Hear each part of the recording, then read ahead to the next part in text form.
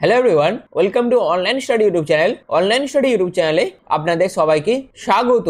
আপনাদের জন্য দারুণ একটি আপডেট। পিএনবি ব্যাংকের তরফ থেকে সহায়ক পোস্টের জন্য কিন্তু সম্পূর্ণ নতুন একটি নিয়োগ বিজ্ঞপ্তি প্রকাশিত করা হয়েছে, অর্থাৎ পিএনবি ব্যাংকে সহায়ক নতুন নিয়োগ 2025। এখানে আবেদন করার জন্য মিনিমাম যোগ্যতা হচ্ছে শুধুমাত্র মাধ্যমিক পাস এবং বয়স যেটি প্রয়োজন সেটা হচ্ছে 18 থেকে 40-এর মধ্যে যদি আপনাদের বয়স হয়ে থাকে সেক্ষেত্রে আপনারা প্রত্যেকেই আবেদন করতে পারবেন। এখানে পুরুষ ও মহিলা প্রত্যেক আবেদনকারী কিন্তু আবেদন করতে পারবে এবং সিলেকশন হয়ে যাওয়ার পর নিজ নিজ শহরের যে পিএনবি ব্যাংক আছে সেখানে কিন্তু জব পোস্টিং হয়ে যাবে। সম্পূর্ণ পার্মানেন্ট হিসেবে আপনাদের কিন্তু নিয়োগ করা হয়েছে, যেখানে সিলেকশন হয়ে যাওয়ার পর আপনারা প্রতি মাসে 25,500 টাকার মতন কিন্তু বেতনও পেয়ে যাবেন। তো এই ভিডিওর মাধ্যমে এই নিয়োগ বিজ্ঞপ্তির যাবতীয় যা যা ইনফরমেশন আছে সমস্ত কিছু তুলে ধরবো। তার জন্য অবশ্যই পুরো ভিডিওটি প্রথম থেকে শেষ পর্যন্ত কন্টিনিউ দেখুন। পুরো কমপ্লিট ইনফরমেশন শুধুমাত্র এই ভিডিওর মাধ্যমে আপনাদের কাছে। আর এই রকমই ভিডিও প্রতিনিয়ত পাওয়ার জন্য অবশ্যই চ্যানেলটিকে সাবস্ক্রাইব করে পাশে থাকা বেল আইকনটি অবশ্যই অল করে রেখে দিও, যাতে যে কোনো ধরনের আপডেট আপনারা এই চ্যানেলের মাধ্যমে পেয়ে যেতে পারেন তার জন্য। তো চলুন বিস্তারিত তথ্য নিয়ে একদম অফিসিয়াল নোটিফিকেশন নিয়ে মূল ভিডিওতে চলে যাচ্ছি। তো আমি পিডিএফটা ওপেন করে নিয়েছি। এখানে পিএনবির তরফ থেকে যে নিউ নোটিফিকেশন 2025-এ প্রকাশিত করা হয়েছে, এখানে অল ওভার ইন্ডিয়ার প্রত্যেক মেল প্রত্যেক ফিমেল উভয় প্রার্থীরাই আবেদন করতে পারবে এবং এখানে আবেদন করার জন্য মিনিমাম কোয়ালিফিকেশন হচ্ছে ক্লাস 10 পাস। অর্থাৎ আপনারা যদি শুধুমাত্র মাধ্যমিক পাস করে থাকেন যে কোনো বোর্ড থেকে সেক্ষেত্রে আপনারা প্রত্যেকেই আবেদন করতে পারবেন এবং আপনাদের বয়স যদি 18 থেকে 40-এর মধ্যে হয়ে থাকে এবং আপনি যদি একজন ভারতের বাসিন্দা হয়ে থাকেন সেক্ষেত্রে ভারতের যে কোনো স্টেট, যে কোনো জেলা, যে কোনো জায়গা থেকেই আপনি কিন্তু আবেদন করতে পারবেন। এবার আসি এখানে সিলেকশন প্রসেস কি কি থাকছে। এখানে সর্বপ্রথম ইন্টারভিউ হবে, অর্থাৎ আপনাদের কিন্তু এখানে কোনো রকম রিটেন টেস্ট হচ্ছে না, সম্পূর্ণ ইন্টারভিউর উপর ভিত্তি করে আপনাদের সিলেকশন করা হবে এবং ইন্টারভিউটি হয়ে যাওয়ার পর আপনাদের ডকুমেন্ট ভেরিফিকেশন হবে। অর্থাৎ আপনারা যে তথ্য দিয়ে আবেদন করবেন সেই তথ্যগুলোকে ভেরিফিকেশন করার জন্য আপনাদের অরিজিনাল ডকুমেন্টসের সাথে সেই সমস্ত তথ্যগুলোকে কিন্তু ম্যাচ করানো হবে। অর্থাৎ আপনাদের ডকুমেন্ট ভেরিফিকেশন হবে এবং তারপর আপনাদের মেডিকেল টেস্ট হবে। অর্থাৎ ইন্টারভিউ, ডকুমেন্ট ভেরিফিকেশন এবং মেডিকেল টেস্ট হয়ে আপনাদের সিলেকশন প্রসেস কিন্তু কমপ্লিট করা হবে। এই হচ্ছে পুরো বিষয়টা।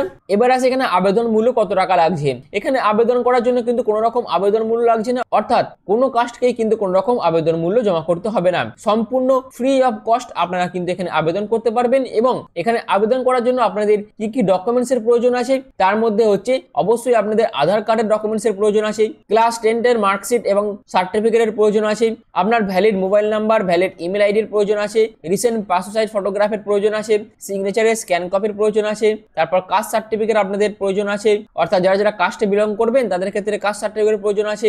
এরপর আপনাদের এজ প্রুফ প্রয়োজন আছে, অর্থাৎ আপনাদের ডেট অফ বার্থ সার্টিফিকেট কিন্তু প্রয়োজন হবে। যদি ডেট অফ বার্থ সার্টিফিকেট না থেকে থাকে সেক্ষেত্রে আমরা ক্লাস 10 এর অ্যাডমিট কার্ড অথবা ক্লাস 10 এর সার্টিফিকেটও আপনারা কিন্তু as a date of birth proof হিসেবে এখানে জমা করতে পারবেন। এছাড়াও আপনাদের আরো বিভিন্ন যদি কিছু এক্সপিরিয়েন্স থেকে থাকে বা আপনাদের যদি কিছু এক্সট্রা কোর্স করা থাকে সেই রিলেটেড সার্টিফিকেটও আপনাদের জমা করতে হবে। এই হচ্ছে পুরো বিষয়টা। অবশ্যই এই সমস্ত ডকুমেন্টস এর আমাদের প্রয়োজন আছে আবেদন করার ক্ষেত্রে। আর এই সমস্ত ডকুমেন্টস এর অরিজিনালের পাশাপাশি সেলফ অ্যাটেস্টেড ফটোকপি আপনাদের সঙ্গে করে নিয়ে যেতে হবে। কখন না, যখন আপনাদের ডকুমেন্ট ভেরিফিকেশন হবে তখন, অর্থাৎ তখন আপনাদের অরিজিনালের পাশাপাশি সমস্ত যে কপি আপনারা জমা করবেন সেগুলো কিন্তু চেক করা হবে, অর্থাৎ আপনাদের ডকুমেন্ট ভেরিফিকেশন করা হবে সেই টাইমে। এখানে আবেদন প্রসেস কিন্তু অলরেডি শুরু হয়ে গেছে। আর আবেদন করার জন্য এবার চলুন আমি ডাইরেক্ট এদের অফিসিয়াল ওয়েবসাইটে ভিজিট করছি এবং সেখান থেকে আপনারা কিভাবে আবেদন করবেন সেই প্রসেসটা বিস্তারিতভাবে আপনাদের কাছে তুলে ধরছি। তো আবেদন করার জন্য আমি ডাইরেক্ট এদের অফিসিয়াল ওয়েবসাইটে ভিজিট করে গেছি। তোমরা দেখতে পাচ্ছ পিএনবি মেট লাইফ। এখানে আবেদন করার জন্য কিন্তু কোনো রকম আবেদন মূল্যের প্রয়োজন নেই,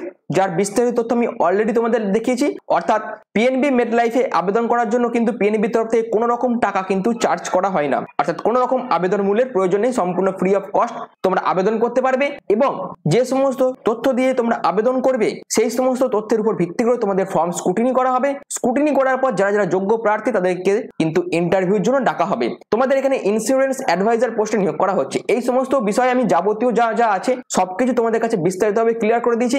এবার চলো তোমরা কিভাবে আবেদন করবে সেই প্রসেসটা দেখিয়ে দিচ্ছি। তো আবেদন করার জন্য তোমাদের কি করতে হবে, অফিসিয়াল ওয়েবসাইটে ভিজিট করার পর তোমাদের এই জয়েন আস নাও অপশনে ক্লিক করতে হবে। জয়েন আস নাও অপশনে ক্লিক করার পর তোমাদের এরকম একটি ইন্টারফেস ওপেন হয়ে যাবে। তোমরা দেখো কি কি স্টেপে তোমাদের আবেদন ফর্মটি ফিল আপ করতে হবে, যেখানে সবাইকার প্রথমে তোমাদের ইউজার ইনফরমেশন দিতে হবে। এখানে ভ্যালিড ইমেল আইডি তোমাদের দিতে হবে এবং সেটা তোমাদের কনফার্ম করে নিতে হবে। তারপর তোমাদের ভ্যালিড পাসওয়ার্ড এবং কনফার্ম পাসওয়ার্ড করে ইউজার ইনফরমেশনের জায়গাটা কিন্তু ফিল আপ করতে হবে। এরপর তোমাদের কি দিতে হবে, পার্সোনাল ডিটেলস, যেখানে তোমাদের সলিউশন অর্থাৎ তুমি মিস্টার না মিসেস এগুলো তোমরা সিলেক্ট করবে। তারপর তোমার ফার্স্ট নেম দেবে, মিডল নেম দেবে, লাস্ট নেম দেবে। এরপর তোমার জেন্ডারটা সিলেক্ট করবে, তোমার ডেট অফ বার্থটা এখানে সিলেক্ট করবে, তোমার যে ভ্যালিড মোবাইল নাম্বার আছে সেটা দেবে, তোমার কান্ট্রিটা এখান থেকে সিলেক্ট করবে, তোমার স্টেট এখান থেকে তুমি সিলেক্ট করতে পারবে, অর্থাৎ আমি ওয়েস্ট বেঙ্গল করে নিলাম, তোমরা এখানে আসামও সিলেক্ট করতে পারবে, আবার তোমরা ত্রিপুরাও সিলেক্ট করতে পারবে। এরপর তোমাকে সিটি চয়েস করতে হবে, অর্থাৎ তুমি যে সিটিতে আবেদন করতে চাইছো, যে সিটি থেকে তুমি বিলং করছো সেই সিটি তোমাকে এখানে চুজ করতে হবে। এরপর তোমাকে অ্যাড্রেসটা দিয়ে দিতে হবে, তারপর তোমার ভ্যালিড পিনকোড এখানে দেবে, এরপর তোমার প্যান নাম্বারটা এখানে দিয়ে দেবে, তারপর তোমার মেরিটারিয়াল স্ট্যাটাসটা এখানে দেবে এবং তোমার ফ্যামিলিতে তোমার উপর কতজন ডিপেন্ড করে সেটা তোমরা এখানে লিখে দেবে। এরপর তোমাদের কোয়ালিফিকেশন অ্যাড করতে হবে, যেখানে তোমাদের বেসিক কোয়ালিফিকেশনে তোমরা বিএ, বিকম, ক্লাস 12, ক্লাস 10, তারপর B Pharm, BS, B Tech, diploma, graduate সব বিভিন্ন কোয়ালিফিকেশন দেখতে পাবে। অর্থাৎ তোমাদের যে বেসিক কোয়ালিফিকেশন আছে সেটা তোমরা দেবে। এখানে তোমাদের আমি অলরেডি বলেছি ক্লাস 10 যোগ্যতাতেও তোমরা আবেদন করতে পারবে, ক্লাস 12 গ্র্যাজুয়েশন যোগ্যতা থাকলেও তোমরা আবেদন করতে পারবে। আদার কিছু বেসিক কোয়ালিফিকেশন থাকলে সেটা তোমরা দেবে। তোমার যদি মাস্টার কোয়ালিফিকেশন থেকে থাকে বা আদার কিছু মাস্টার্স কোয়ালিফিকেশন থেকে থাকে সেটা তোমরা দেবে। এরকম ভাবে তোমাদের এডুকেশনের জায়গাটা ফিল আপ করতে হবে। এবার আসি এক্সপিরিয়েন্সের জায়গাটা। এখানে কিন্তু আবেদন করার জন্য কোনো রকম এক্সপিরিয়েন্সের প্রয়োজন নেই। যারা ফ্রেশার্স ক্যান্ডিডেট তারা আবেদন করতে পারবে এবং যাদের এক্সপিরিয়েন্স আছে তারাও এখানে আবেদন করতে পারবে। তো আমি ফ্রেশার্স অপশনে ক্লিক করে আবেদন করতে চাইছি, সেই জন্য আমি ফ্রেশার্স অপশনটা ক্লিক করে নিলাম। এরপর আছে সোর্স, অর্থাৎ তুমি এই যে সোর্সটা কোথা থেকে পাচ্ছ, জব পোর্টাল না আদার্স না ডাইরেক্ট না, তো এই সমস্ত গুলোর মধ্যে তুমি যেটাতে পাচ্ছ অর্থাৎ সোশ্যাল মিডিয়া থেকে যেহেতু তুমি পাচ্ছ সোর্স হিসাবে, সেক্ষেত্রে তুমি সোশ্যাল মিডিয়া চুজ করতে পারো বা আদার্স অন্য কিছু চুজ করতে পারো। তুমি যদি সোশ্যাল মিডিয়া চুজ করো সেক্ষেত্রে সোশ্যাল মিডিয়ার মধ্যে কোনটা, ফেসবুক, ইনস্টাগ্রাম না লিঙ্কডইন না টুইটার, এইগুলোর মধ্যে কোনটা থেকে তোমরা নোটিফিকেশনটা পেয়েছো সেটা তোমরা দিয়ে দেবে। তোমরা যে কোনো একটা করতেই পারো, অর্থাৎ আমি লিঙ্কডইনটা শো করে নিলাম। এরপর তোমাকে এটি বায়োডাটা বানিয়ে নিতে হবে, অর্থাৎ একটি রিজুমে বানিয়ে নিতে হবে, যেখানে তোমাদের রিজুমের মধ্যে যাবতীয় তথ্য অর্থাৎ বেসিক ইনফরমেশন থেকে শুরু করে এডুকেশনাল ডিটেইলস থেকে শুরু করে এক্সপিরিয়েন্স, স্কিল, হবিস যাবতীয় তথ্য দিয়ে তোমাদের এই বায়োডাটা ফর্ম বানিয়ে নিতে হবে এবং সেটা তোমাদের এখানে আপলোড করতে হবে পিডিএফ ফরম্যাটে। এবং তুমি যত ভালো রিজুমেটা বানাবে তার উপরই তোমাদের ডিপেন্ড করবে তোমাদের ইন্টারভিউর জন্য কল লেটার আসবে কি আসবে না, তার জন্য তোমাদের অবশ্যই খুব ভালোভাবে রিজুমেটা বানাতে হবে। এরপর তোমাদের বেসিক কিছু জেনারেল ইনস্ট্রাকশন কিন্তু এখানে মেনটেন করতে হবে, যেমন have you been ever appointed or applied work at financial adviser or agent, অর্থাৎ তুমি যদি এর আগে ফিনান্সিয়াল অ্যাডভাইজার বা এজেন্ট হিসেবে কাজ করে থাকো সেক্ষেত্রে ইয়েস করবে, আদারওয়াইজ নো করবে। এছাড়াও তুমি যদি এনি আদার ইন্স্যুরেন্স কোম্পানিতে কাজ করে থাকো সেক্ষেত্রে ইয়েস করবে, আদারওয়াইজ নো করবে। তোমার যদি কোনো রিলেটিভ এমপ্লয়ি পিএনবি তে কাজ করে থাকে সেক্ষেত্রে ইয়েস করবে, আদারওয়াইজ নো করবে। তোমার যদি কোনো রিলেটিভ এমপ্লয়ি রেগুলারিটি ভাবে কোনো সেন্ট্রাল গভর্নমেন্টের বা স্টেট গভর্নমেন্টের বা কোনো মিনিস্ট্রি আন্ডার কাজের সাথে যুক্ত থাকে সেক্ষেত্রে ইয়েস করবে, আদারওয়াইজ নো করবে।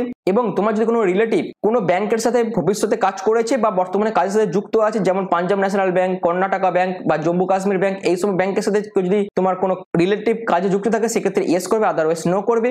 এরপর বলা হচ্ছে relative employed as financial adviser যদি হয়ে থাকে সেক্ষেত্রে ইয়েস করবে, আদারওয়াইজ নো করবে। এবং তুমি যদি একজন প্রিভিয়াস এমপ্লয়মেন্ট হয়ে থাকো পিএনবি তে অর্থাৎ পাঞ্জাব ন্যাশনাল ব্যাংকে তুমি যদি আগে কাজ করে থাকো সেক্ষেত্রে ইয়েস করবে, আদারওয়াইজ নো করবে।